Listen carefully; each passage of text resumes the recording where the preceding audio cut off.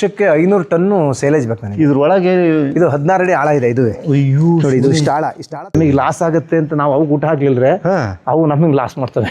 ಇಷ್ಟು ಎಕರೆ ಜಮೀನು, ಎಷ್ಟು ಎಕರೆ ಇದು? ಈಗ ಒಟ್ಟು ಟೋಟಲಿ ಇವತ್ತು ನನ್ನ ಹತ್ರ 26 ಎಕರೆ ಜಮೀನಿದೆ. ಸಿರಿಮನ ವೀಕ್ಷಕ ಬಂಧುಗಳೇ ನಮಸ್ಕಾರ. ಇದೊಂದು ವಿಶೇಷವಾದ ವಿಡಿಯೋ ಸ್ನೇಹಿತರೆ. ಈ ವಿಡಿಯೋವನ್ನು ಕೊನೆವರೆಗೂ ನೋಡಿ. ಒಬ್ಬ ಅಸಾಮಾನ್ಯ ರೈತನ ಕಥೆ ಇದು. ಒಂದು ಹಸುವಿನಿಂದ 106 ಹಸುಗಳನ್ನು ಬೆಳೆಸಿದಂಥ ಕೀರ್ತಿ ಇವರದು.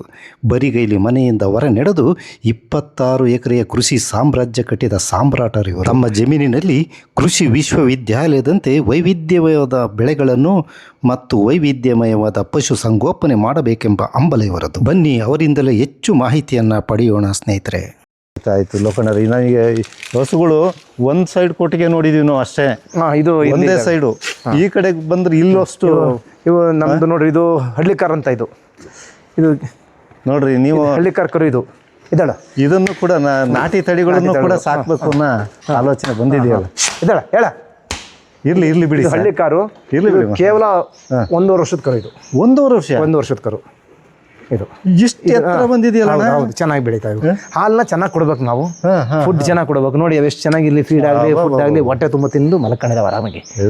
ನಮಗೆ ಲಾಸ್ ಆಗುತ್ತೆ ಅಂತ ನಾವು ಅವು ಊಟ ಹಾಕ್ಲಿಲ್ರೆ ಅವು ನಮಗೆ ಲಾಸ್ ಮಾಡ್ತವೆ. ಅದಕ್ಕೆ ನಾವು ಚೆನ್ನಾಗಿ ಕೊಡ್ಬೇಕು. ಆಶ್ಚರ್ಯ ಆಗುತ್ತೆ ಬಿಡ್ರಿ. ಇದು ಕೇವಲ 9 ತಿಂಗಳದ ಅಮೃತ ಮಾಲ್. ಇದು ಅಮೃತ ಮಾಲ್. ಇದು 9 ತಿಂಗಳು ಹಳ್ಳಿಕಾರು ಸಾಕಿದ್ರಿ, ಅಮೃತ ಮಾಲ್ ಸಾಕಿದ್ರಿ. ಇದು ಅಷ್ಟೇ ನೋಡಿ. ಮತ್ತೆ ನಾಟಿ ತಳಿ ಇನ್ಯಾವ್ದು? ಇದು ಹಳ್ಳಿಕಾರು. ಇರ್ಲಿ ಬಿಡಿ, ಮಲಕ್ಕಳ್ಳಿ ಬಿಡಿ, ಪಾಪ ಯಾಕೆ ಬಸ್ತೀರಿ. ಇದು ಮೊನ್ನೆ ಹುಟ್ಟಿದೆ. ಇದು ಹಳ್ಳಿಕಾರು. ಇದು ಹಳ್ಳಿಕಾರ. ಇದು ಮೊನ್ನೆ ಹುಟ್ಟಿದೆ. ಒಂದು ವಾರ 15 ದಿವಸ ಆಯ್ತು ಅಷ್ಟೇ. ನಿಮಗೆ ಈ ದನಗಳ ಬಗ್ಗೆ ವಿಶೇಷ ಆಸಕ್ತಿ ಇದೆ ಬಿಡ್ರಿ. ಹೌದು. ಇಲ್ಲ ಅಂದ್ರೆ ಇದೇ ಅದ್ರ ತಾಯಿ ನೋಡ್ರಿ, ಅಮ್ಮ. ಇದು ತಾಯಿ, ಅಮ್ಮ. ನಾವೇನ್ ಮಾಡ್ತೀವಿ, 2 ಮನೆ ಮಾತ್ರ ಹಾಲು ಕರ್ಕೊಂತೀವಿ, 12 ಮನೆ ಅದಕ್ಕೆ ಬಿಟ್ಬಿಡ್ತೀವಿ ಕುಡ್ಕೊಳ್ಳಿ ಆರಾಮಾಗಿ ಅಂತ. ಮತ್ತೆ ನಮಗೆ ಎಷ್ಟು ಬೇಕಷ್ಟು ಮನೆ ಕರ್ಕೊಂಡು ಬಿಡ್ತೀವಿ. ನೋಡ್ರಿ, ಈಗಲೇ ಇಷ್ಟ ಹತ್ರ ಇದು. ಇನ್ನೊಂದು ಇನ್ನು ಒಂದು ವಾರದಷ್ಟೇ ಇದೆ ನೋಡ್ರಿ. ಎರಡು ಹೆಣ್ಗರುಗಳು ಅವೆಲ್ಲ ಇನ್ನೇನು ಎಲ್ಲ ಈಗ ನನ್ನ ಹತ್ರ 4 ತಂದಿದ್ದೆ ನಾನು. ಹಳ್ಳಿಕಾರು 4ಕ್ಕೆ 8 ಆಗಿದ್ದಾವೆ. 4ಕ್ಕೆ 8 ಆಗ್ಬಿಟ್ಟು 1 ವರ್ಷದೊಳಗೆ. 1 ವರ್ಷಕ್ಕೆ ಕೇವಲ ಇನ್ನೊಂದು 4-5 ವರ್ಷದೊಳಗೆ ಒಂದು 50 ಆಗ್ತವೆ ನನ್ನ ಹತ್ರ. ಮತ್ತೆ ಖಂಡಿತ 50 ಆಗ್ತವೆ. ಹೋರಿಕರುಗಳು ಮಾರಾಟ ಮಾಡ್ತೀನಿ ನಾನು. ಇದನ್ನೊಂದು ಕ್ವಶನ್ ಆಮೇಲೆ ಕೇಳ್ತೀನಿ, ಆಮೇಲೆ ನಾನು ನೀಟಾಗಿ ಹೇಳ್ರಿ. ಈಗ ಏನು ಗೊತ್ತಾ, ಇಷ್ಟು ಹಸುಗಳನ್ನ ಸಾಕ್ಬೇಕಾರೆ ನೀವು ಆರ್ಥಿಕವಾಗಿ ಅಷ್ಟೊಂದು ಇದ್ರಾಗ ಲಾಭ ಇಲ್ದಿದ್ರು ಇಷ್ಟು ರಿಸ್ಕ್ ತಗೊಂಡು ನೀವು ಸಾಕ್ಲಿಕ್ಕೆ ಏನೋ ರೀಸನ್ ಇರುತ್ತೆ. ಗೊಬ್ಬರ ಹಿನ್ನೆಲೆ ದೊಡ್ಡ ರೀಸನ್ ಒಂದಿದೆ. ಇದು ಏನಾಗಿತ್ತಪ್ಪ ಅಂದ್ರೆ, ನಾನು 1980ರಲ್ಲಿ 81, 82ರಲ್ಲಿ ಸೆಲ್ಫ್ ಎಂಪ್ಲಾಯ್ಮೆಂಟ್ ಲೋನ್ ಅಂತ ತಗೊಂಡು 5 ಹಸು ತಗೊಂಡಿದ್ದೆ. ಸಿಂಧಿ ಹಸುಗಳು 81, 82ರಲ್ಲೇನೆ. 81, 82ರಾಗೆ ನಾನು BSAG ಹೋಗ್ಬೇಕಾಯ್ತು, ಹೋಗ್ಲಿಲ್ಲ.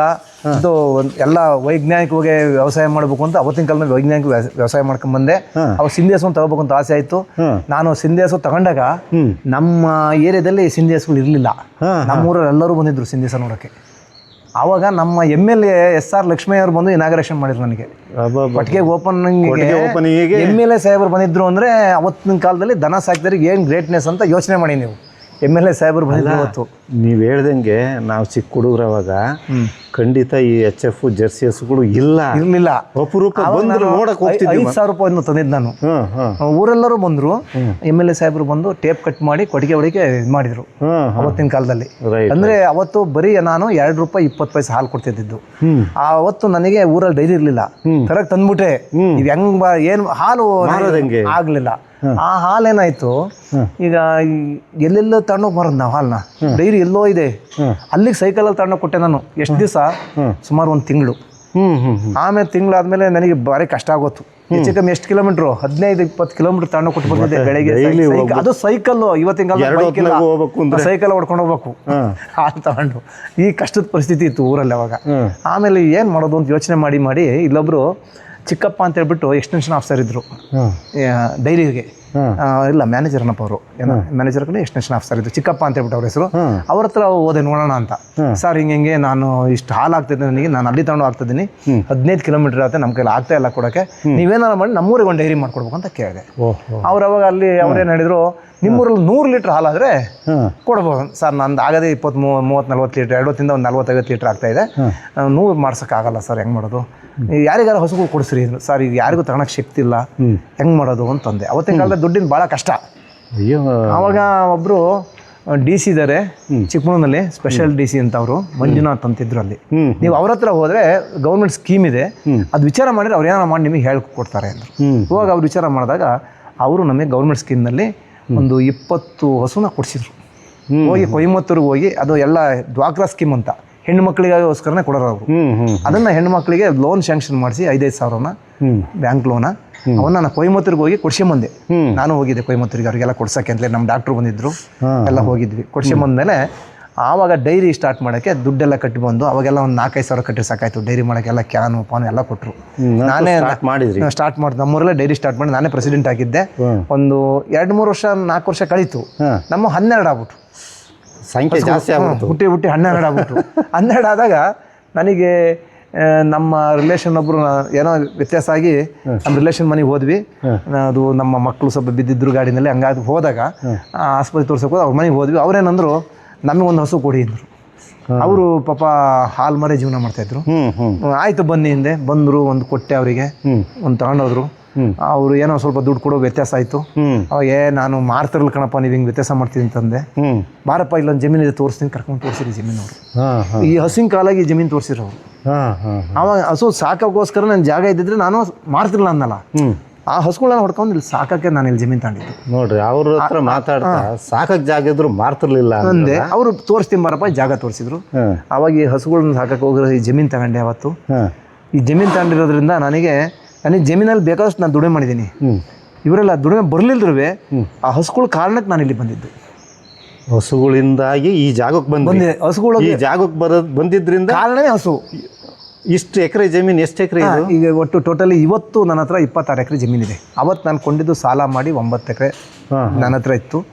ಆ ಜಮೀನಲ್ಲೇ ದುಡಿದು ಎಲ್ಲ ಅಲ್ಲಿ ಇಲ್ಲಿ ಈ ಥರ ಭೂಮಿನಲ್ಲೇ ದುಡಿದು ಅದರಲ್ಲಿ ಬಂದಿರೋ ಲಾಭದ ಅಂಶದಲ್ಲಿ ಇವಕ್ಕೂ ಕೂಡ ಹಾಕ್ಕೊಂಡು, ಯಾಕಪ್ಪ ಅಂದ್ರೆ ಅವತ್ತು ನನಗೆ ಹಸುಗಳಿಲ್ಲದೆ ನಾನು ಇಲ್ಲಿ ಬರ್ತಿರ್ಲಿಲ್ಲ. ಹಾಗಾಗಿ ನೀವು ನಾನು ಇಲ್ಲಿ ಬಂದಿದ್ದೀನಿ. ಈ ಹಸುಗಳಿಂದಲೇ ನಾನು ಜಮೀನು ತಗೊಂಡಿರೋದು. ಈ ಹಸುಗಳು ಅಲ್ಲಿ ಇನ್ನೊಂದು ಕಾರಣ ಇದೆ, ಅದು ನಿಮಗೆ ಹೇಳೋದು ನಡುವೆ ಕ್ಯಾಪ್ ಆಯಿತು. ಅವಾಗ ನಾನು ಹೊಡ್ಕೊಂಬಂದಿದ್ನಲ್ಲ ಊರಿಂದ ಹಸುಗಳು, ಇಲ್ಲಿ ನನಗೆ ತರಕಾರಿ ಬೆಳಿತಿದ್ದೆ, ಕಬ್ಬು ಬೆಳಿತಿದ್ದೆ, ಎಲ್ಲ ಬೆಳಿತಿದ್ದೆ. ನನಗೆ ವ್ಯವಸಾಯ ಮಾಡೋದು ಕಷ್ಟ ಆಯ್ತು. ನನಗೆ ಮಕ್ಕಳು ಚಿಕ್ಕವರಿದ್ರು. ಅವಾಗ ಏನಾಯ್ತು, ನಾನು ಒಬ್ಬನೇ ಹಾಲು, ಇಲ್ಲೂ ಡೈರಿ ಇಲ್ವಲ್ಲ, ಬೀರೂರು 6 ಕಿಲೋಮೀಟರ್ 7 ಕಿಲೋಮೀಟರ್ ಆಗತ್ತಿಲ್ಲ. ಬೀರೂರಿಗೆ ಹಾಲು ತಗೊಂಡು ಕೊಟ್ಟು ಬರ್ತಾ ಇದ್ದೆ ನಾನೇ. ವ್ಯವಸಾಯನೂ ಮಾಡ್ಬೇಕು, ಹಾಲು ಕೊಡಬೇಕು. ಕಷ್ಟ ಆಗಿ ನಮ್ಮ ಕೆಲ್ಸಕ್ಕೆ ಬಂದವರಿಗೆ ಎಲ್ಲರಿಗೂ ಒಂದು ಹಸು ಕೊಟ್ಟೆ. 300-400 ಕಷ್ಟೇ ಅವ್ರಿಗೆ ಕೊಟ್ಟಿದ್ದು. ಯಾಕಪ್ಪ 12 ಹಸುಗಳನ್ನ ಕೊಟ್ಬಿಟ್ಟೆ. ಒಂದು ಇಟ್ಕೊಂಡಿದ್ದೆ. ನನಗೆ ಹಾಲು ಕೊಟ್ಟು ಬಂದು ವ್ಯವಸಾಯ ಮಾಡೋಕ್ಕಾಗಲ್ಲ ಅಂತ ಎಲ್ಲ ಕೊಟ್ಬಿಟ್ಟೆ. ಎಲ್ಲ ಕೊಟ್ಟು ಒಂದು ಇಟ್ಕೊಂಡಿದ್ದೆ. ಎಲ್ಲರಿಗೂ ಕೊಟ್ಟಾಗ ಎಷ್ಟೇ ಕೊಟ್ಟೆ, ಅವರಿಗೆ ಲಾಭಕ್ಕಲ್ಲ. ಅದೇ ನಿಮಗೆ ಒಂದು 500 ಕೊಡ್ಬೇಕನ್ನಪ್ಪ ಕೆಲಸದ್ದು, ಒಂದು ಚಿಕ್ಕ ತಗೊಂಡು 1000 ಕೊಡಿ ನಂಚು ದೊಡ್ಡದು ಕೊಟ್ಟು ಖಾಲಿ ಮಾಡಿದೆ ಎಲ್ಲವನ್ನೂ. ಒಟ್ಟಿಗೆ ಒಂದು ಇಟ್ಕೊಂಡೆ. ಅದು ಏನೋ ಹೆಚ್ಚು ಕಡಿಮೆ ಆಗಿ ಕಾಯಿಲೆಯಾಗಿ ಸತ್ತೋಗ್ಬಿಡ್ತು. ಹಾಲು ಕರೆದು ಹೊರಗೆ ಕಟ್ಟಿದೆ, ದಪ್ಪ ಅಂತ ಬೀಳ್ತು. ಡಾಕ್ಟರ್ ಕರೆಯೋದ್ರೊಳಗೆ ಸತ್ತೋಯ್ತು. ನೀವು ಉಳಿಸ್ಕೊಂಡಿದ್ದು ಒಂದಿತ್ತಲ್ಲ, ಅದು ಸತ್ತೋಯ್ತು. ಒಟ್ಟಿಗೆ ಅವತ್ತೇನು ಹಸು ತಗೊಂಡಿದ್ರೆ ಅವೆಲ್ಲ ಖಾಲಿ ಆಗ್ಬಿಟ್ಟವು. ಖಾಲಿ ಆಗಿದ್ಮೇಲೆ ನನಗೆ ಹಾಲಿಗೆ ಅಂತ ಹೇಳ್ಬಿಟ್ಟು ನಮ್ಮ ಮನೆಯವರು ಹುಣಸ್ಘಟ್ಟ ತರೀಕೆರೆತವ ಅವ್ರ ಮನೆಗೆ ನಾಟಿ ಹಸುಗಳಿದ್ದು. ಆದರೆ ಒಂದು ಹಸುನ ಹೊಡ್ಕಳಿಸಿರು. ಅದು 1 ಲೀಟ್ರ್ ಹಾಲು ಕೊಡ್ತಿತ್ತು. ಇದು ಎಷ್ಟನೇ ಇಸ್ವಿಗೆ? ಹೆಚ್ಚು ಕಡಿಮೆ ಒಂದು 90-91 ಇಸ್ವಿ ಇರ್ಬೋದು. ಇದು ಅವ್ರು ಹೊಡ್ಕಳಿಸಿದ್ರು 90-91. ಹೊಡ್ಸ್ ಕಳಿಸಿದಾಗ ಅದ್ರಾಗೆ ಒಂದು 2-3 ಹೊರಿಕರು ಇದ್ದು, ಆಮೇಲೆ ಒಂದು ಹೆಣ್ಗರ ಹುಟ್ಟಿತು. ಆ ಹೆಣ್ಗರ HF. ಅದು ಅದರಲ್ಲಿ HF ಹುಟ್ಟಿದ ಮೇಲೆ ಒಂದೊಂದೇ ಹುಟ್ಟಿ ಇಷ್ಟೆಲ್ಲ ಆಗಿದ್ದು ಅದ್ರ ಕಡೆಯಿಂದ. ಮತ್ತೆ ಅವತ್ತು ಹೋಗಿದ್ದ ಡೈರಿ ಮತ್ತೆ ಬೆಳೀತು. ಬೆಳ್ಳುಳ್ಳಿ ಬೆಳ್ಳುಳ್ಳಿ ಅಲ್ಲ ಇದು, ಬೆಳ್ಳುಳ್ಳಿ ಅಂತಲ್ಲ, ನಮಗೆ ಹಾಲಿಲ್ಲ ಅಂತ ಹೊಡ್ ಕಳಿಸಿದ್ದು. ನೀವೇನು ಬೆಳ್ಳುಳ್ಳಿ ಅಂದ್ರೆ ಮದುವೆ ಆದಾಗ ಹೊಡಿತಾರೆ. ನಮ್ಮ ಮದುವೆ 10 ವರ್ಷ ಆದ್ಮೇಲೆ ಕಳಿಸಿದ್ದು ನಮಗೆ ಹಾಲಿಗೆ ಅಂತ. ಒಟ್ಟಿಗೆ ನೆಂಟರ ಮನೆ ಹಸುದು, ನಮ್ದಲ್ಲ ಅದು. ಅವ್ರ ಹಸು ಬಂದ್ಮೇಲೆ ನಾಟಿ ಹಸು, ಅದ್ರಲ್ಲಿ ಒಂದು ಸಿಂಧಿ ಹಸು, ಒಂದು 2-3 ಹೊರಿಕರು ಹುಟ್ಟಿ ಒಂದೇ ಒಂದು ಹೆಣ್ಗರು ಹುಟ್ಟಿತು. 2006ರಲ್ಲಿ ಒಂದು ಹಸು ಕರು ಇತ್ತು ಅಷ್ಟೇ ನನ್ನ ಹತ್ರ. 2006ರಲ್ಲಿ 2087-90 ಹೊಡೆದ ಮೇಲೆ 90-92 ಹೊಡೆದಾಗ ಅಷ್ಟೊತ್ತಿಗೆ 97 ಆಗತ್ತಿಗೆ ಅಲ್ಲ 2006 ಆಗತ್ತಿಗೆ ಆ ಸಿಂಧಿ ಕರ ದೊಡ್ಡದಾಗಿ ಕರು ಹಾಕಿತ್ತು ಅಷ್ಟೇ. ಯಾಕಪ್ಪ ಇದು ಚೆನ್ನಾಗಿ ನೆನಪು ಅಂದ್ರೆ, ನಿಮ್ಮ ಮನೆ ಕಟ್ಟಿದ್ದು ನಾನು 6ನೇ ಇಸ್ವಿ. 2006ರಲ್ಲಿ ಮನೆ ಒಳಿಕೆ ಒಂದೇ ಒಂದು ಸಿಂಧಿ ಹಸು, ಅದು ಕರು ಒಳಗೆ ಹೊಡೆದಿದ್ವಿ. ಗುರುಪ್ರವೇಶಕ್ಕೆ ನಮ್ಮದೇ ಹಸುನ, ಬೇರೆಯವ್ರದ್ದು ಯಾರ್ದು ಹೊಡ್ಕೊಂಬಂದ್ರಲ್ಲ. ಅವತ್ತಿನಿಂದ ಇವು ಒಂದಕ್ಕೊಂದು ಹೆಚ್ಚಿಕೊಂಡು 100 ಮೇಲಾಗಿದ್ದು, ಅದ್ರ ಒಂದು 25-30 ಮಾರಿದ್ದೀನಿ. ಈಗ ಇಷ್ಟು ಉಳ್ಕೊಂಡಿದ್ದಾರೆ. ಅದ್ಭುತ ಬಿಡ್ರಿ. ಅದಕ್ಕೋಸ್ಕರ ನಾನು ಇವರಿಂದ ಹಸುಗಳಿಗೋಸ್ಕರ ನಾನು ಬಂದಿದ್ದಲ್ವಾ. ಬಿಡಿ, ಬರೋ ದೊಡ್ಡ ದುಡ್ಡಲ್ಲಿ ಸ್ವಲ್ಪ ಆದಾಯ ಹೋದ್ರು ಹೊತ್ತು ನಮಗೇನು ಗೊಬ್ಬರ ಸಿಗುತ್ತೆ. ಈಗ ಒಳ್ಳೆಯ ನಮಗೆ ಗೊಬ್ಬರ ಬೇಕು. ನನಗೆ ಖುಷಿಯಾಗಿದೆ, ಅನುಕೂಲ ಆಗಿದೆ, ತೃಪ್ತಿ ನೆಮ್ಮದಿ ತೃಪ್ತಿ ಇದೆ. ನಿಜಕ್ಕೂ ಹೇಳೋದಾದ್ರೆ ರೈತರು ಹಸುಗಳು ಸಾಕಿದಾಗಲೇ ತೃಪ್ತಿ ಇರೋದು. ನಾವು ಸಾಕ್ಲದ್ ಖಂಡಿತ ತೃಪ್ತಿ ಆಗಿರಲ್ಲ. ನಾವು ಅಂದ್ಕೊಂಡಿದೀವಿ ಹಂಗಾಗತ್ತೆ ಹಿಂಗಾಗತ್ತೆ ಲಾಸ್ ಆಗುತ್ತೆ, ಅದಲ್ಲ, ಲಾಸ್ ಆಗಲ್ಲ. ಮಾಡ್ಬೇಕು, ಹಸು ಸಾಕ್ಬೇಕು. ದನಕರ ಇದ್ರೇನೆ ರೈತರು. ಹೌದೌದು. ದನಕರ ಇಲ್ಲದಿದ್ರೆ ರೈತರು ಅಲ್ಲ ಬಿಡ್ರಿ ಅವ್ರು. ನೋಡಿ ಇವೆಲ್ಲ ನಮಗೆ 2 ವರ್ಷದ ಇವು. ನಮ್ಮದೇ ತಳಿಗಳು ಇವು. ಅಲ್ಲ, ಇವು 2 ವರ್ಷದವ ಅಷ್ಟೇ? ಎಲ್ಲ 2 ವರ್ಷದವು ಅಷ್ಟೇ. 2.5 ವರ್ಷ. ನೀವು ನೋಡಿದ್ರೆ ನೆಕ್ಸ್ಟ್ ಇನ್ನೊಂದು 3-4 ತಿಂಗಳು ಕರ ಆಗ್ತವೆ. ಈಗ ನಮಗೆ ಇದರಲ್ಲಿ ಲಾಭ ಆಗಿಲ್ಲ, ನಷ್ಟ ನಷ್ಟ ಆಗ್ಬೋದು ಅಂತಿರಲ್ಲ. ಇವು ಮಾರಾಟ ಮಾಡೋದು ದುಡ್ಡು ಬರುತ್ತೆ ನಮ್ಗೆ ಬೇಡ ಅಂದ್ರೆ. ಹೌದು ಹೌದು. ಲಕ್ಷಗಟ್ಟಲೆಗೆ ಹೋಗ್ತಾವೆ ಇವು, ಸ್ವಲ್ಪ ದುಡ್ಡು ಹೋಗಲ್ಲ. ಖಂಡಿತ ಇದು ಅವತ್ತಿಂದ ಅವತ್ತಿಗೆ ದುಡ್ಡಿಗೆ ಲೆಕ್ಕ ಹಾಕಿದ್ರೆ ನಷ್ಟ ನಷ್ಟ ನಷ್ಟ ನಷ್ಟ. ಗ್ರಾಜುಯಲ್ ಉದ್ದಕ್ಕೆ ಲಾಂಗ್ ಪೀರಿಯಡ್ ಅಲ್ಲಿ ನಿಮಗೆ ಲಾಭ. ಎಲ್ಲಕ್ಕಿಂತ ಗೊಬ್ಬರ 70-80 ಲೋಡ್ ದನಿ ಗೊಬ್ಬರ ಎಲ್ಲಿ ತರಕಾಗತ್ತೆ? ಹೌದೌದು. ನೋಡಿ ಇದು ಕೂಡ ಒಂದು ಹಳ್ಳಿ ಕರೆ. ಇದು ಸ್ವಲ್ಪ ಹೋದ ವರ್ಷ ನಿಮ್ಮ ತೋಟಕ್ಕೆ ಬಂದು ಹೋದಾಗ ಚಿಕ್ಕರು ಅವಾಗ ಈ ತರ ಇದ್ದಿದ್ದು ಮತ್ತೆ ಅದು ವಾಸಿ ಆಗೇ ಇಲ್ವಾ? ಇಲ್ಲ ಇದು ಗಂಟು ರೋಗ ಅಂತ ಆಗಿತ್ತು. ಮೊನ್ನೆ ಎಲ್ಲ ಟ್ರೀಟ್ಮೆಂಟ್ ಕಡಿಮೆ ಹುಷಾರಾಯ್ತು. ಈಗ ಚೆನ್ನಾಗಿದೆ, ಹುಷಾರಾಗಿದೆ. ಕ್ರಮೇಣ ಹೋಗುತ್ತೆ. ಇಲ್ಲ ಮುಗೀತಿದು, ಹೋಗುತ್ತೆ, ಎಲ್ಲ ಉದುರೋಗುತ್ತೆ. ಅದ್ ನೀವು ಬೇರೆದ್ ನೋಡಿದ್ದು ಇದಲ್ವಾ? ಇದು ನೋಡಿ, ಇದು ಒಂದು ಹಳ್ಳಿ ಕರೆ. ಇದು 2 ಕರು ಆಗ್ತು. ಇದು ಇದ್ರದ್ದೇ ಅಲ್ಲೊಂದಿದೆ, ಅದು ಇದ್ರದ್ದು ಅಲ್ಲಿದೆ. ಇದ್ರ ಮೊದಲನೇ ಹೋರಿಕರ 56,000ಕ್ಕೆ ಮಾರ್ದೆ. ಮೊದಲನೇ ಹೋರಿಕರ ಎಷ್ಟು ವರ್ಷಕ್ಕೆ? 1 ವರ್ಷ 6 ತಿಂಗಳ ಕರು. 1 ವರ್ಷಕ್ಕೆ 1 ವರ್ಷ 6 ತಿಂಗಳ ಕರುನ 56,000ಕ್ಕೆ ಮಾರ್ದೆ. ಅಲ್ಲ 66,000, 56 ಅಲ್ಲ 66,000. 66,000ಕ್ಕೆ ಮಾರಿದ್ದು. 66,000ಕ್ಕೆ ಮಾರಿದೆ ಇದ್ರ ಕರುನ. ಅದ್ರ ಹಿಂದ್ಗಡೆ ಒಂದು ಹೆಣ್ಣುಗರು ಹಾಕಿದೆ, ಅಲ್ಲಿದೆ. ಅದೀಗ 1 ವರ್ಷನೂ ಆಗಿಲ್ಲ ಇನ್ನು ಅದಕ್ಕೆ. ಇದು ಹಾಲು ಕೊಡ್ತಾ ಇದೆ ನನಗೆ. ಎಲ್ಲ 3 ತಿಂಗಳು ಗಬ್ಬ ಆಗಿದೆ. ಹೌದೇನು? 2.5 ತಿಂಗಳು ಗಬ್ಬ ಆಗಿದೆ. ಮತ್ತೆ ಈಗ ಮನೆ ಬಳಕೆಗೆ ಆಗುತ್ತೆ. ನೀವು ಹಳ್ಳಿಕಾರ ನಾಟಿ ಹಸು ಬಳಸ್ಕೊಂತೀವಿ. ಹೆಚ್ಚಾಯ್ತು ಡೈರಿಗೆ ಹಾಕ್ತಿವಿ. ಈಗ ಅದೊಂದು ಸ್ವಲ್ಪ ಇದೊಂದು ಸ್ವಲ್ಪ ಅಂದ್ರೆ ಕರುಗಳೇ ಜಾಸ್ತಿ ಬಿಟ್ಬಿಡ್ತೀವಿ. ಅಲ್ಲೇ ಕರು ಚೆನ್ನಾಗಿ ಬೆಳೆದ್ರೆ ಅಲ್ಲೇ ಬಂತಲ್ಲ, ಹಂಗಾಗಿ ಅವಕ್ಕೆ ಹಾಕ್ತೀವಿ.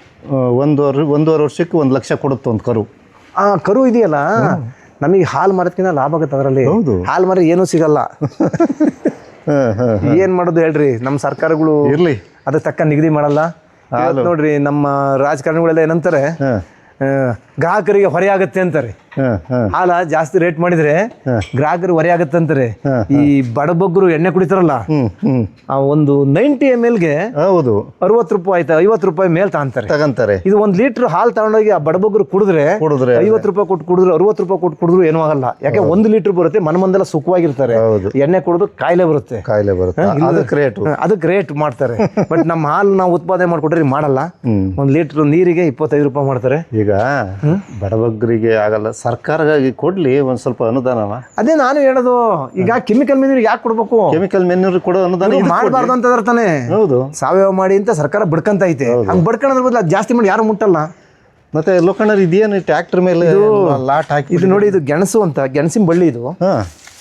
ನಾನೀಗೊಂದು 25 ವರ್ಷದಿಂದ 25-30 ವರ್ಷದಿಂದ ಲೋಡ್ ಗಟ್ಲೆ ಹೌದು 25-30 ವರ್ಷದಿಂದ ಇದನ್ನ ಒಂದು 4 ಬಳ್ಳಿ ತಂದು ನಟ್ಟಿದ್ದೆ. ಯಾಕೆ ಗೆಣಸು ತಿನ್ಬೇಕು ಅನ್ನೋ ಆಸೆಗೆ ಎಲ್ಲೋ ಒಂದು 4 ಗಿಡ ತಂದು ನಟ್ಟಿದ್ದೆ. ಅದೀಗ ಹಬ್ಕೊಂತ ಹೋಗಿ ನೋಡಿ, ಹೆಚ್ಚು ಕಮ್ಮಿ ನಮ್ಮ ತೋಟದಲ್ಲಿ ನೋಡಿ, ಇದು ಉದ್ದಕ್ಕೆ ತೆಗೆದ್ರೆ ಗೆಣಸು, ಇದು ಉದ್ದಕ್ಕೆ ತೆಗೆದ್ರೆ ಹೆಚ್ಚು ಕಮ್ಮಿ ಇದು 15 ಅಡಿ 20 ಅಡಿ ಹಿಂಗೆ ಉದ್ದಕ್ಕೆ ಹೋಗ್ಬಿಡುತ್ತೆ. ಇಡೀ ತೋಟ ಆಗಿದೆ ನಂದು. 7-8 ಎಕರೆ ತೋಟ ತುಂಬಾ ಇದೆ. ಇದು ಕವರ್ ಆಗಿದೆ ತೋಟಕ್ಕೆ. ಹೌದಾ? ಕವರ್ ಆಗಿ ಮುಚ್ಚಿಗೆನೂ ಆದಂಗಾತು. ಈ ಸೊಪ್ಪಿದೆಯಲ್ಲ, ಹಸುಗಳು ತಿಂದ್ರೆ ಒಂದು 5-5 ಕೆಜಿ 6 ಕೆಜಿ ಅಷ್ಟು ಹಾಕ್ತಿವಿ ಒಂದು ಹಸುಗೆ. 5-6 ಕೆಜಿ ಅಷ್ಟು ಹಾಕಿದ್ರೆ ಮಿನಿಮಮ್ ಒಂದು 10 ಲೀಟರ್ ಹಾಲು ಜಾಸ್ತಿ ಆಗುತ್ತೆ. 10 ಲೀಟರ್ ಹಾಲು ಜಾಸ್ತಿ, ಒಂದು ಹೆಚ್ಚು ಕಮ್ಮಿ ಒಂದು 3/4 ಟನ್ ಹಾಕ್ತಿವಿ ಎಲ್ಲರಿಂದ. 3/4 ಟನ್ಗೆ ನಾವು ಕೊಂಡ್ಕೊಂಬರಕ್ಕೆ ಈಗ ಡೈಲಿ ಹಾಕ್ತಿದ್ದೀವಿ. ಡೈಲಿ ಹಾಕ್ತಿವಿ. ಸಿಗುತ್ತೆ, ಬೇಕಾದ್ರೆ ಸಿಗುತ್ತೆ. 3/4 ಟನ್ ಅಂದ್ರೆ 4,000-5,000 ರೂಪಾಯಿ ಮೇವು. ಅಲ್ಲಿ 5,000 ರೂಪಾಯಿ ದುಡ್ಡು ಉಳಿತು, 4,000 ದುಡ್ಡು ಉಳಿತು. ಕೊಂಡ್ಕೊಂಬರೋದು ತಪ್ತಿದ್ದನ್ನ. ಆಮೇಲೆ ಹಾಲು ಒಂದು 10 ಲೀಟರ್ ಜಾಸ್ತಿ ಆಗುತ್ತೆ. 10 ಲೀಟರ್ ಜಾಸ್ತಿ ಆಯ್ತಂದ್ರೆ ಇವತ್ತು 40-400 ರೂಪಾಯಿ ದುಡ್ಡು ಬಂತು. 2 ಥರ ಲಾಭ. ಹಂಗಾಗಿ ಇದು ನಾವೇನು ಗೊಬ್ಬರ ಹಾಕಲ್ಲ, ನೀರು ಬಿಡಲ್ಲ. ಅಡಿಕೆ ತೋಟಕ್ಕೆ ಏನು ನೀರು ಬಿಡ್ತು ಅದ್ರಾಗ ಬೆಳೆಯುತ್ತೆ. ಸರಿ. ಒಳಗಿತ್ತು ಒಂಚೂರು ಒಳಗೇನಿದೆ. ಈಗ ದನಗಳಿಗೆ ನೀವು ಮೇವನ್ನು ಎಷ್ಟು ಟೈಮ್ ಕೊಡ್ತೀರಿ ದಿನದಲ್ಲಿ? ಸರ್, ನಾವು ಸೈಲೇಜು ಒಂದು 20-25 ಕೆಜಿ ಅಷ್ಟು ಸೈಲೇಜು. ಆಮೇಲೆ ಇದು ಫೀಡ್ ಇದೆಯಲ್ಲ, ಒಂದು 3.5 ಕೆಜಿ ಅಷ್ಟು ಹಸುಗಳಿಗೆ. ಇದೆಲ್ಲ ಫೀಡ್ಸ್? ಇದೆಲ್ಲ ಫೀಡ್ಸು. ಅಂದರೆ ಇದರಲ್ಲಿ ಏನಾಗಿದೆ, ಗೋಧಿ ಬೂಸ ಅಂತ ಬರುತ್ತೆ. ಗೋಧಿ ಬೂಸ ನಾವು ನೋಡಿ, ಇದು ಗೋಧಿ ಬೂಸ ಅಂತ. ಇದು ಒಂದು 1 ಕಾಲು ಕೆ ಜಿ ಅಷ್ಟು ಕೊಡ್ತೀವಿ ಇದನ್ನು. ಇದ್ರ ಜೊತೆಗೆ ಮುಸ್ಕಿನ ಜೋಳದ ಪೌಡ್ರು ಇದು 1 ಕೆ ಜಿ ಅಷ್ಟು ಕೊಡ್ತೀವಿ. ಆಮೇಲೆ 1/4 ಕೆ ಜಿ 1 ಕೆ ಜಿ ಅಷ್ಟು ಇದು ಹಿಂಡಿ ಏನಾಗಿದೆ, ಇದು ಕಡಲೆಕಾಯಿ ಹಿಂಡಿ, ಹತ್ತಿ ಹಿಂಡಿ ಎಲ್ಲ ಮಿಕ್ಸ್ ಆಗಿರುತ್ತೆ. ಎಲ್ಲ ಹಿಂಡಿ ಮಿಕ್ಸ್ ಮಾಡಿಬಿಡಿ, ಎಲ್ಲ ಹಿಂಡಿ ಮಿಕ್ಸ್ ಮಾಡಿದ್ವಿ ನಾವು ಇದನ್ನ. ಇದೊಂದು 1 ಕೆ ಜಿ ಅಷ್ಟು. ಜೊತೆಗೆ ಪತಂಜಲಿ ಅಂತ ಹೇಳ್ಬಿಟ್ಟು ಇದು ಬರುತ್ತೆ, ಇದರಲ್ಲಿ ಯೂರಿಯಾ ಇಲ್ಲದೆ ಇರೋದು, ಇದೊಂದು 3/4 ಕೆ ಜಿ ಅಷ್ಟು.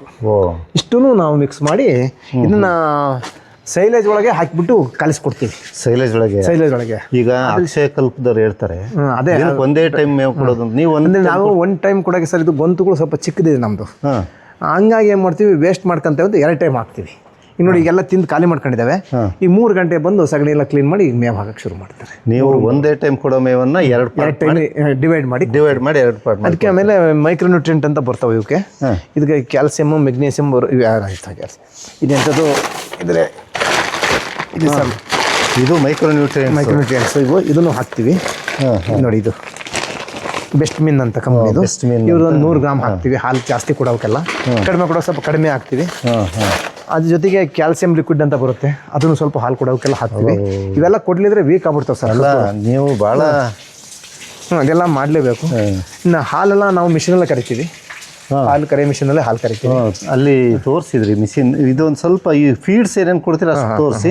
ಆಮೇಲೆ ಅದೆಲ್ಲ ಫೀಡರ್ಸ್ ಇದೆಲ್ಲ ಸ್ಟಾಕ್ ಇಟ್ಕೊಂಡಿರ್ತೀನಿ. ಒಂದು ತಿಂಗಳಿಗೆ ಹೆಚ್ಚು ಕಮ್ಮಿ ಏನೇನು ಅಂತ 1.5-2 ಲಕ್ಷ ರೂಪಾಯಿ ಆಗ್ಬಿಡುತ್ತೆ ನನ್ನ ಫೀಡಿಂದ. ಈಗ ಒಣಮೇವು ಇದೆಯಲ್ಲ, ಒಣಮೇವು ಯಾವಾಗ ಕೊಡ್ತೀರಿ? ಒಣಮೇವು ಏನು ಮಾಡ್ತೀವಿ, ಫಸ್ಟು ಸೈಲೇಜು ಅದ್ರೊಳಗೆ ಫೀಡ್ ಹಾಕಿ ಕಲಸಿ ಕೊಟ್ಬಿಡ್ತೀವಿ, ತಿಂತವೆ. ತಿಂದಾದ್ಮೇಲೆ ನೀರು ಕುಡಿಸಿ ಒಣಮೇವು ಹಾಕ್ತೀವಿ. 2 ಕೆ ಜಿ 3 ಕೆ ಜಿ ಅಷ್ಟು ಒಂದು ಹಸುಗೆ. ಅಲ್ಲ, ನೀವು ಈ ಮೇವು ಎತ್ತಲಗೂ ಆಗಲ್ಲ ನಿಮ್ಮಕ್ಕೆ. ಅಲ್ಲಿ ಒಂದು ದೊಡ್ಡ ಬಣವೆ ಬಿಟ್ಟಿದ್ದೀನಿ ನಾನು, ದೊಡ್ಡ ಬಣವೆ ಅಲ್ಲಿ ತೋರಿಸ್ತೀನಿ ನೆಕ್ಸ್ಟ್. ಹಂಗಾಗಿ ಅದು ಸಾಕಾಗಲ್ಲ, 1000 ಹೊರೆ ಬೇಕು. ಆಮೇಲೆ ಅಲ್ಲಿ ಒಳಗೆ ಫೀಡ್ಸ್ ತೋರಿಸಿ, ಇಲ್ಲಿ ಬೇರೆ ಇಷ್ಟೊಂದು ಮೂಟೆಗಳಿದಾವೆ. ಇವೆಲ್ಲ ನಾವು ದಿವಸಕ್ಕೆ ನನಗೆ ಮಿನಿಮಮ್ ಅಂದ್ರು 4 ಚೀಲ ಫೀಡ್ ಹೋಗುತ್ತೆ ಸರ್. ಅಲ್ಲ ಸರ್, ಹಿಂಡಿ 1 ಚೀಲ, 4 ಚೀಲ ಹಿಂಡಿ, 1 ಚೀಲ ಗೋಧಿ ಬೂಸ, 1 ಚೀಲ, ಅದೆಂಥದ್ದು ಹೇಳಿದ್ನಲ್ಲ ನಿಮಗೆ, ಹಿಂಡಿ ಎಂಥದ್ದು ಮುಸ್ಕಿನ ಜೋಳದ ಪುಡಿ ಅದು 1 ಚೀಲ, ಎಲ್ಲ ಒಂದೊಂದು ವೆರೈಟಿದು ಒಂದೊಂದು ಚೀಲ, ಒಂದೊಂದು ಚೀಲ ಹೋಗ್ಬಿಡುತ್ತೆ. ಮಿನಿಮಮ್ ಅಂದರೆ 4,000 ರೂಪಾಯಿಂದು ಫೀಡೇ ಹೋಗುತ್ತೆ. ಅಲ್ಲ, 2,500 ರೂಪಾಯಿ 3,000 ರೂಪಾಯಿ ಫೀಡೇ ಹೋಗುತ್ತೆ. 4,000 ರೂಪಾಯಿ ಮೇಲೆ ಹೋಗುತ್ತೆ ಫೀಡ್. 4,000 ರೂಪಾಯಿ ಮೇಲೆ ಹೋಗುತ್ತೆ. 4-5,000 ಇದು 1,500 ಸಾವಿರ ಬೀಳ್ತಲ್ಲ ಚೀಲ. 5,000 ರೂಪಾಯಿ ಹೋಗುತ್ತೆ ಫೀಡೇ. 5,000 ರೂಪಾಯಿ ಫೀಡು, ಒಂದು 5,000 ರೂಪಾಯಿ ಮೇವು. ಹಾಲು ಒಂದು 12-13 ಸಾವಿರ ಅಲ್ಲಿ ಸರಿ ಆಗ್ತಿತ್ತು ನನಗೆ. ಯಾಕಪ್ಪ ಅಂದ್ರೆ ಹಾಲು ಕೊಡಿದ್ರೆ ಸಾಕ್ತದೆ. ನಾನು ಒಟ್ಟಿಗೆ ಒಂದು 12,000 ರೂಪಾಯಿಂದು 12-13 ಸಾವಿರ ರೂಪಾಯಿ ಹಾಲು ಬರುತ್ತೆ, 12-13 ಸಾವಿರ ಖರ್ಚಾಗುತ್ತೆ. ಏನಾಗಿದೆ ಅಂತಂದ್ರೆ ಲಾಭ ಅಲ್ಲಿ ಹಾಲು ಕೊಡೋ ಮಾತ್ರ ಇಲ್ಲ, ಹಾಲು ಕುಡಿದಿರೋ ಇದಾವಲ್ಲ, ಹಂಗಾಗಿ ಬರೀ ಹಾಲು ಕೊಡೋನೇ ಸಾಕೊಂಡ್ರೆ ಲಾಭ ಆಗುತ್ತೆ. ಕಡೆಗೆ ಅವು ಹಾಲು ಕೊಡ್ದಂಗಾದಾಗ ನಾನು ಮತ್ತೆ ಕೊಂಡ್ಕೊಂಬರ್ಬೇಕಿಲ್ಲ ರಸವ, ನಾವು ಸಾಕೊಳ್ಳೇಬೇಕು ಸಣ್ಣವ. ಖಂಡಿತ. ಇದು ಕೂಡ ಫೀಡ್ಸ್ ಇಲ್ಲ, ಅದೆಲ್ಲ ಅಡಿಕೆ ಇದೆ. ಇಲ್ಲಿ ಸೈಲೇಜ್ ಇದೆ. ಸೈಲೇಜ್ ಇದೆಯಾ? ಸೈಲೇಜ್ ಯೂನಿಟ್ ನೀವೇ?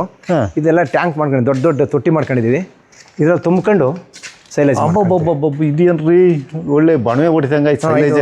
ನಾನು ಹೆಚ್ಚು ಕಮ್ಮಿ ವರ್ಷಕ್ಕೆ 500 ಟನ್ನು ಸೈಲೇಜ್ ಬೇಕು ನನಗೆ. ಇದ್ರೊಳಗೆ ಇದು 16 ಅಡಿ ಆಳ ಇದೆ. ಇದುವೇ ನೋಡಿ, ಇದು ಇಷ್ಟ ಆಳ ತುಂಬಿಸ್ತೀವಿ ನಾವು ಸೊಪ್ಪೇನ. ಇಲ್ಲಿಂದ ತೆಳೆದ ತಿಕ್ಕಂಬಂದು ನೋಡಿ, ಅದು ಖಾಲಿ ಆಗಿದೆ, ಇದು ಖಾಲಿ ಆಗಿದೆ. ಇದು ಮತ್ತೆ ಅಲ್ಲಿವರೆಗೂ ಇತ್ತು 12 ಅಡಿ ಎತ್ತರಕ್ಕೆ ಮತ್ತೆ ನೆಲದಿಂದ. ನೆಲದಿಂದ ಆ ಸೀಟ್ವರೆಗೂ ಎಷ್ಟು ಹೈಟ್ ಆಗುತ್ತೆ? ಇದು ಹೆಚ್ಚು ಕಮ್ಮಿ ಇದು 16, ಇದೊಂದು 10, 26 ಅಡಿ ಹೈಟ್. 26 ಅಡಿ ಹೈಟ್ ತುಂಬಿಸಿದ್ವಿ. ಇಷ್ಟು 26 ಬರಲ್ಲ, ಅಲ್ಲಿ ಸ್ವಲ್ಪ ಒಂದು ಮೇಲೆ ಒಂದು 4-5 ಅಡಿ ಬಿಟ್ಕೊಂತೀವಿ. ಒಂದು 22 ಅಡಿ 21 ಅಡಿ 22 ಅಡಿ ತುಂಬಿಸ್ಕೊಂತೀವಿ. ಆಗ್ಲೇ ನಾವು ಇದು ಹೆಚ್ಚು ಕಮ್ಮಿ 500 ಟನ್ನು ಮೇವು ತುಂಬಿಸ್ಕೊಂತೀವಿ ಒಂದು ವರ್ಷಕ್ಕೆ. ಒಂದು ವರ್ಷಕ್ಕೆ 500 ಟನ್ ಆದ್ರೆ ನಮಗೆ ಸಾಕಾಗುತ್ತೆ. ಸೈಲೇಜು ಇದಕ್ಕೋಸ್ಕರ ಇದು ಶೀಟ್ ಎಲ್ಲ ಕಟ್ಟಿ ಹಿಂಗ್ ಮತ್ತೆ ಇದು ಫಸ್ಟ್ ಇಷ್ಟೇ ಮಾಡ್ಕೊಂಡಿದ್ದೆ, ಕೆಳಗಡೆ ತೊಟ್ಟಿಗಳು. ಇದು ಲಾಸ್ಟ್ ಇಯರ್ ನಮಗೆ ಸಾಕಾಗಲಿಲ್ಲ ಮೇವು. ಸಾಕಾಗಲ್ವಲ್ಲ, ಅವಾಗ ಕೊಂಡ್ಕೊಳಕ್ ಹೋದ್ರೆ ಬಹಳ ದುಬಾರಿ ಇರುತ್ತೆ ಬೇಸಿಗೆಯಲ್ಲಿ. ಅದಕ್ಕೆ ಮತ್ತೆ ಈ ತರ ಶೀಟ್ ಎಲ್ಲ ಒಡಿಸಿ ಮತ್ತೆ ಹೈಟ್ ಮಾಡ್ಕೊಂಡು ಆ ಥರ ನೋಡಿ, ಅಲ್ಲಿ ಹೈಟ್ ಅಂದ್ರೆ ಅಷ್ಟು ಹೈಟ್ ಮಾಡ್ಕೊಂಡು ಹೈಟ್ ನೋಡಿ, ಅಷ್ಟು ಹೈಟ್ಗೆ ಸೀಟ್ ಹೊಡಿಸಿದ್ರಿ. ಸೀಟ್ ಹೊಡೆದು ತುಂಬಿಸ್ಕೊಂಡಿದ್ದೀನಿ. ಇಷ್ಟು ಮೇವು ನಾವು ಒಂದು ವರ್ಷಕ್ಕೆ ಬೇಕಾಗುತ್ತೆ. 500 ಟನ್ ಮೇವು ಬೇಕು, ಸೈಲೇಜ್ ಬೇಕು. ನಿಮ್ದು ದೊಡ್ಡದೊಂದು ಕಂಪನಿ ಇದ್ದಂಗೆ, ಫ್ಯಾಕ್ಟ್ರಿ ನಡೆಸಿದಂಗೆ ನಿಮ್ದು. 500 ಟನ್ ಜೊತೆಗೆ ಒಣಮೇವು ಒಂದು 1000 ಹೊರೆ. ಒಳಗೆ ಅಲ್ಲಿ 4-5 ಸಾಲು ಕೊಟ್ಟಿಗೆಗಳು ನೋಡಿದಂಗಾತು. ಮತ್ತೆ ಇಲ್ಲಿ ಬೇರೆ ಇದಾವಲ್ಲ, ಇದು ಹಳ್ಳಿ ಕಾರ್. ಇದು ಹಳ್ಳಿ ಕಾರು. ಕರು ಹಾಕಿದೆ, ಅದು ಒಂದು ಕರು ಆಗಿ, ಈಗ 2ನೇ ಕರು ಗಬ್ಬಾಗಿದ್ದಾವೆ. ಕರು ಹಾಕ್ಬೇಕು. ಏನ್ ಸಮಸ್ಯೆ? ಇವನ್ನ ಅವುಗಳಿಂದ ಬೇರ್ಪಡಿಸಿದ್ರಲ್ಲ ಯಾಕೆ? ಇವು ಗಬ್ಬಾಗಿದ್ದಾವೆ ಎರಡನ್ನು. ಈಗ ಇವಕ್ಕೆ ಇವು ಫ್ರೀ, ಅಲ್ಲಿ ಜಾಗ ಸ್ವಲ್ಪ ಕಡಿಮೆ ಇದೆಯಲ್ಲ, ಇವು ಆರಾಮಾಗಿ ಇಲ್ಲಿ ಮಲ್ಕೊಂಡು ಇಲ್ಲಿ ಅಡ್ಡಾಡ್ತವೆ. ಶಿಸ್ತಾಗಿ. ಅಂದ್ರೆ ಇವತ್ತು ಆಕ್ಚುಲಿ ಹಸುಗಳು ಈ ತರ ಬಿಟ್ಟು ಅಡ್ಡಾಡಿಸ್ಬೇಕು ನಾವು. ನಮಗೆ ಜಾಗ ಇಲ್ಲ, ನನಗಿಲ್ಲಿ ನನಗೆ ಜಾಗ ಇಲ್ದಿರೋದ್ರಿಂದ ಅವನ್ನ ಕಟ್ಟಾಕೆ ಸಾಕ್ತಾ ಇದ್ದೀನಿ. ಅಲ್ಲ ಇಷ್ಟು ಹಸು ಸಾಕ್ಬೇಕು ಅಂದ್ರೆ ನಾನು 4 ಎಕರೆ ಫೀಲ್ಡ್ ಬೇಕು ಮಿನಿಮಮ್. ಒಟ್ಟಿಗೆ ಪಕ್ಕದಲ್ಲಿ ಒಂದು 2 ಎಕರೆನಾರ ಫೀಲ್ಡ್ ಬೇಕು. ಹಂಗ್ ಬಿಟ್ಟಾಗ ಆರೋಗ್ಯವಾಗಿರ್ತೇವೆ ಅಂತ ನನಗೂ ಚೆನ್ನಾಗಿ ಗೊತ್ತಿದೆ. ಆದ್ರೆ ಏನ್ ಮಾಡೋದು, ನನಗೆ ಇಲ್ಲಿ ಜಾಗ ಇಲ್ಲ. ಇನ್ನು 2-3 ಎಕರೆ ಇಷ್ಟೊಂದು ಎಕರೆ ಜಾಗ ಇದೆ, ಇದ್ರೊಳಗೆ ಅಡ್ಡಾಡಕ್ ಅಯ್ಯೋ ತೋಟದೊಳಗೆಲ್ಲ ಬಿಟ್ರೆ ಬರೋದೇ ಆದಾಯ ತೋಟದಲ್ಲಿ ನನಗೆ. ಅಲ್ಲೋಗಿ ಇವೆಲ್ಲ ತುಳಿದು ಆ ಡಿಪ್ಪಿ ಮಳೆ ಎಳೆದಾಡಿ ಆಮೇಲೆ ತೋಟದಾಗ ಆದಾಯ ಬರ್ದಂಗಾದ್ರೆ ನಾನು ದನನೂ ಮಾರ್ಬೇಕು, ತೋಟನೂ ಮಾರ್ಬೇಕಾಗ್ತದೆ ಕಡೆಗೆ. ಅದಕ್ಕೋಸ್ಕರ ದನ ಕರನ ಯಾವ ಕಾರಣಕ್ಕೂ ನಾವು ತೋಟ. ನಿಮ್ಮಲ್ಲಿರುವ ಇಷ್ಟು ದನಗಳಿಗೆ ಪೆಡಾಕ್ ಸಿಸ್ಟಮ್ ಮಾಡೋದಾದ್ರೆ 4 ಎಕರೆ ಜಾಗ ಬೇಕು ಮಿನಿಮಮ್. ಅಂದ್ರೆ 2.5 ಎಕರೆ 3 ಎಕರೆ 4 ಎಕರೆ ಜಾಗ ಬೇಕು. ಕೊಟ್ಟಿಗೆ ಕಟ್ಟಕ್ಕೆ ಅರ್ಧ ಎಕರೆ ಬೇಕು ಇಷ್ಟಕ್ಕೆ. ಈಗ ನನ್ನ ಹೆಚ್ಚು ಕಮ್ಮಿ ಅರ್ಧ ಎಕರೆ ಕೊಟ್ಟಿಗೆ ಇದೆ ಇದೆಲ್ಲ. ಅವು ಸುತ್ತ ಓಡಾಡೋಕೆ ಆಮೇಲೆ ಶೈಲೇಜ್ ಇಟ್ಕೊಳಕ್ಕೆ ಎಲ್ಲ ಸೇರಿದ್ರೆ ಮಿನಿಮಮ್ 2.5 ಎಕರೆ ಜಾಗ ಬೇಕು. ಇವತ್ತು ನಾವು ಮಾಡ್ಬೋದು, ನಾನು ಮಾಡ್ಬೋದು, ನನಗೂ ಆಸೆ ಇದೆ. ಇವತ್ತು 1 ಎಕರೆ ಜಾಗ ತಗೊಳಕ್ಕೆ ನಾನು 35-40 ಲಕ್ಷ ಕೊಡಬೇಕು. 40 ಲಕ್ಷ ಕೊಟ್ಟು ಇವು ಪೆಡಾಕ್ ಮಾಡಿ 5 ಪೈಸಾ ಹಾಲಲ್ಲಿ ಲಾಭ ಬರ್ತಿದ್ದಾಗ ನಾನು ಮಾಡೇನು ಉಪಯೋಗ? ಲಾಭ ಬರ್ತಾ ಇದ್ದೆ, ನಾನು ಮಾಡ್ತಿದ್ದೆ. ಈಗ ಇಷ್ಟು ಮಾಡೇ ಲಾಭ ಇಲ್ಲ. ಈಗ ಹೆಚ್ಚು ಕಮ್ಮಿ ನನ್ನ ಶೆಡ್ ಇವತ್ತು 70-80 ಲಕ್ಷ ರೂಪಾಯಿ ಆಗಿದೆ ಮಿನಿಮಮ್. ಶೈಲೇಜ್ ಗುಂಡಿಗಳು ಎಲ್ಲ ಸೇರ್ಕೊಂಡ್ರೆ ಇಷ್ಟು ಬಂಡವಾಳದ ಬಡ್ಡಿ ದುಡಿತಾ ಇದ್ದೇನೆ ನಾನು ಇಲ್ಲ. ಹಿಂಗ ಇದ್ದಾಗ ಮತ್ತೆ 1 ಎಕರೆಗೆ ಪೆಡಾಕ್ ಮಾಡಕ್ ಒಂದು 35-40 ಲಕ್ಷ ಕೊಟ್ಟು ಜಾಗ ತಗೊಂಡು ಮಾಡಿದ್ರೆ ಆ 35-40 ಲಕ್ಷ ಕೊಟ್ಟು ತಗೊಳ್ಳೋ ಜಾಗದಲ್ಲಿ ನಾನು ಅಕ್ಕೆ ತೋಟ ಮಾಡಿದ್ರೆ 5-6 ಲಕ್ಷ ರೂಪಾಯಿ ಇನ್ಕಮ್ ಬರುತ್ತೆ. ಇದ್ರಲ್ಲಿ ಆದಾಯ ಬರ್ತಾ ಇಲ್ಲ ಇದ್ರು ನಾವ್ ಹೆಂಗ್ ಮೇಂಟೈನ್ ಮಾಡ್ಬೇಕು? ಇದು ಏನಪ್ಪ, ಗೊಬ್ಬರ ಬೇಕು, ಮಾಡ್ಬೇಕಷ್ಟೇ. ನಿಜಕ್ಕೂ ಮಾಡ್ತಿದ್ದೆ ಲಾಭ ಬರ್ತಾ ಇದ್ರೆ. ಇನ್ನೂ 4 ಎಕರೆ ಜಮೀನು ಕೊಂಡ್ಕೊಂಡು ಮಾಡ್ತಿದ್ದೆ, ಲಾಭ ಬರ್ತಾ ಇದ್ದಿದ್ರಿ. ಈಗ ನನ್ನ ಮಕ್ಕಳೇ ಆಗಿರ್ಲಿ, ಅಪ್ಪಾಜಿ 1 ರೂಪಾಯಿ ಅದೇ ಬರಲ್ಲ, ಇವಾಗ ಮಾಡೋಣ ಅಂತ ಕ್ವಶನ್ ಮಾಡ್ತಾರೆ. ನಾನು ಹೆಂಗ್ ಉತ್ತರ ಹೇಳಿದಂಗೆ? ಇಲ್ಲಪ್ಪ ಇವ್ ಬೇಕು, ನಾನು ಮಾಡಿದೀನಿ ಅಂತಂದ್ರೆ ಅವ್ರು ಕೇಳ್ತಾರೆ. ಇವತ್ತಿನ ಮಕ್ಳು ಕೇಳಲ್ಲ. ಆದ್ರೂ ನಾವು ಸಮಾಧಾನ ಮಾಡ್ಕೊಂಡು, ಹೌದು ಕ್ಯಾಲ್ಕುಲೇಷನ್ ಮಾಡ್ಲೇಬೇಕಲ್ಲ. ಏನೋ ಹೇಳ್ತಿರು ಮೊನ್ನೆ, ಯಾವ್ದೋ ನ್ಯಾಚುರಲ್ ಫಾರ್ಮಿಂಗ್ ಎಲ್ಲ ಸೀಮೆ ಗೊಬ್ಬರ ಹಾಕಿ ಬೆಳೆದರು, ಅಡಿಕೆ ಚೆನ್ನಾಗ ಬಂದವೆ ಹೇಳ್ತಿದ್ರಲ್ಲ. ಮಕ್ಳು ಹೇಳ್ತಾರೆ ಯಾಕಪ್ಪ ಮಾಡ್ಬೇಕು, ಯಾಕೆ ಮಾಡ್ಬೇಕು, ಕೆಮಿಕಲ್ ಹಾಕಿದ್ರೆ ಏನಾಗ್ತಿದೆ, ನಾವೇನೋ ಇರ್ತೀವ ಭಾಳ ದಿವಸ, ನಾವು ಸಾಯ್ತೀವಿ, ಅವರು ಸಾಯ್ತಾರೆ ಅಂತಾರೆ. ನೋಡಿ ಎಂತೆಂತ ಮಾತುಗಳು ಬರ್ತವೆ, ಅವ್ರಿಗೆಲ್ಲ ಆನ್ಸರ್ ಮಾಡ್ಬೇಕು ಕಷ್ಟ ಆಗುತ್ತೆ. ಖಂಡಿತ. ಇಲ್ಲಿ ಈ ಕಡೆಗೂ ಏನೋ ಒಂದು ಪೋರ್ಷನ್ ಇದೆ, ಏನೇನ್ ಮಾಡಿದಿರಪ್ಪ? ಸಣ್ಣ ಕರುಗಳು ನೋಡಿ, ಇವೆಲ್ಲ 1 ವರ್ಷದವು, 1 ವರ್ಷದವು, 1.25 ವರ್ಷದವು. ಇವೆಲ್ಲ ಹೀಟಿ ಬರ್ತಾ ಇದಾವೆ ಈಗ. ಇವು ಒಂದು ಪೋರ್ಷನ್ ಮಾಡ್ಕೊಂಡಿದೀನಿ. ಹೀಟಿ ಬರ್ತಾ ಇರೋವು. ಆಮೇಲೆ ಇವು ಚಿಕ್ಕ ಕರುಗಳಿವು ಹಾಲು ಕುಡಿತಾ ಇರೋ ಇವು ಈಗ ಹಾಲು ಕುಡಿತಾ ಇರೋ ಎಷ್ಟಿದಾವೆ? ಒಂದು 3-4 ಇದಾವೆ. ಇಲ್ಲಿ ಬೇರೆ ಇದಾವಲ್ಲಪ್ಪ. ಇವು ಹಾಲು ಕುಡಿಯೋದು ಬಿಟ್ಟಿರೋವು.